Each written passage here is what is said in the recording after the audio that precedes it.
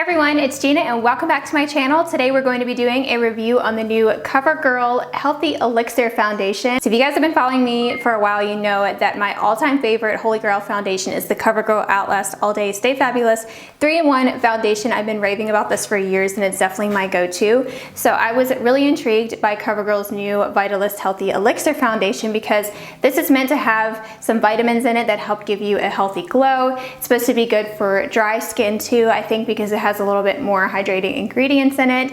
And with it being winter time, my skin is definitely not as oily as it is in the summertime. And that is one reason that I really love the Outlast Stay Fabulous, because it's meant for very oily skin. It holds up a really long time. It's supposed to be 3-in-1, like it has like a concealer and a powder in one to where it dries matte. But sometimes it's a little bit too matte, especially in the winter time. So I was really interested to see how this works on my skin, if it still holds up with my oily skin, and how matte and full coverage that it is. So this is described as lightweight, full coverage. It has SPF 20 in it, which is awesome. And it's oil free, and it's supposed to have vitamins in it too. I'm curious what vitamins. So it says on the bottle that this has vitamin E, B3, and B5. I'm not really sure how good those are for your skin or what they do, but sounds pretty good. But this is what the bottle looks like. It's very similar to most of the Covergirl foundations. This is the other one for reference. You get 30 milliliters, which is the same as their other foundations.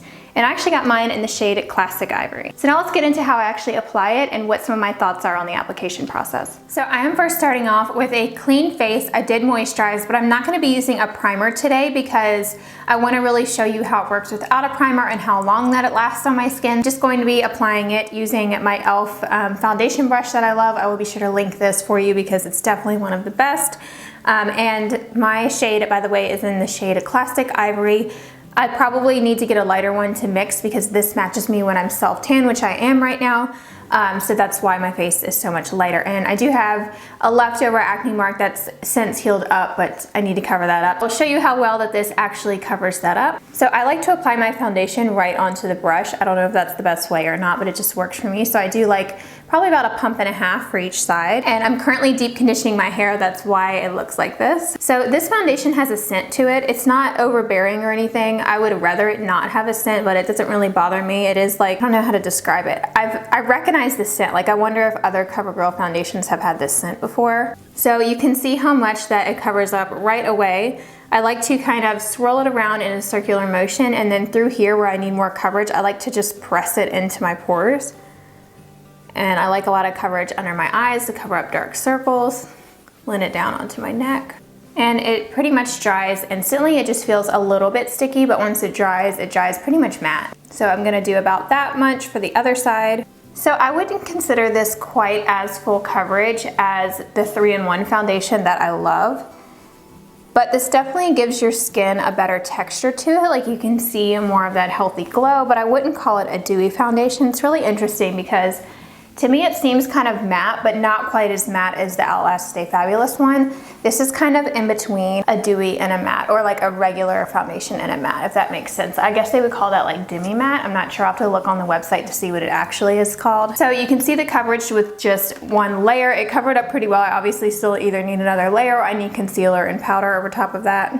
And I don't find that this looks cakey on my nose at all, which is great. Sometimes it can look cakey in the crease or in dry areas, and I don't have that issue at all. I think this is a great wintertime foundation for that reason. So I'm just gonna zoom you in to try to show you the texture when the light hits. You see I have a little bit of dewiness. Once I set it with a powder though, it pretty much looks totally matte. But if you wanted to leave it a little bit dewy, if you had dry skin, I would leave it like this without a powder. You could just do an under eye powder if you wanted to set your concealer. You can see the coverage. You can still see I have some freckles showing through, which is okay with me. I usually have concealer on anyways under my eyes, and then obviously I need a little bit more coverage here on the blemish that I had. So I'm gonna do a little bit of another layer on top of there to see if I can cover it without having to use concealer. So if you want a fuller coverage, I recommend just dabbing it like this. So that second layer did cover up a little bit more, but I still feel like I need concealer, but some might be comfortable with it like this.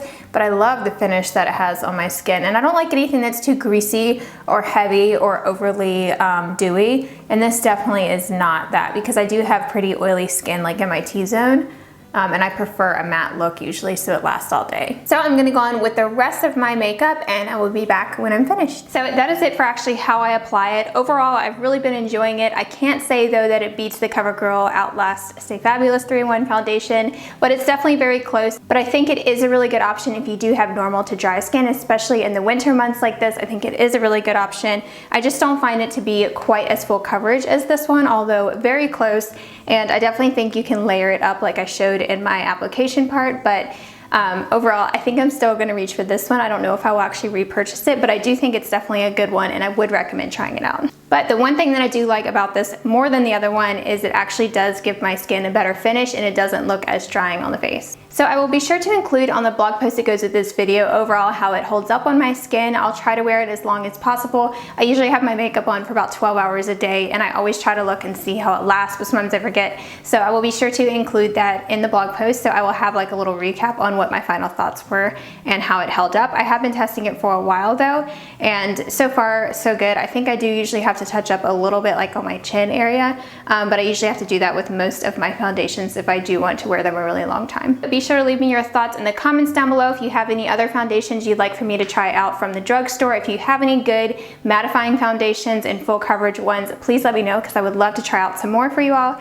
And I will put some other reviews that I've done on foundations as well as my most recent routine in the description box down below. So that's it for today's video. I hope you guys enjoyed it. Be sure to subscribe to my channel and turn on the bell notifications so you'll be notified when I post new videos. I usually post on Sundays and I do everything. Everyday beauty, really affordable, achievable, everyday looks, and I try to review lots of drugstore products as well as some curly hair care videos. So thank you all so much for watching. I'll talk to you in the next one. Bye everyone.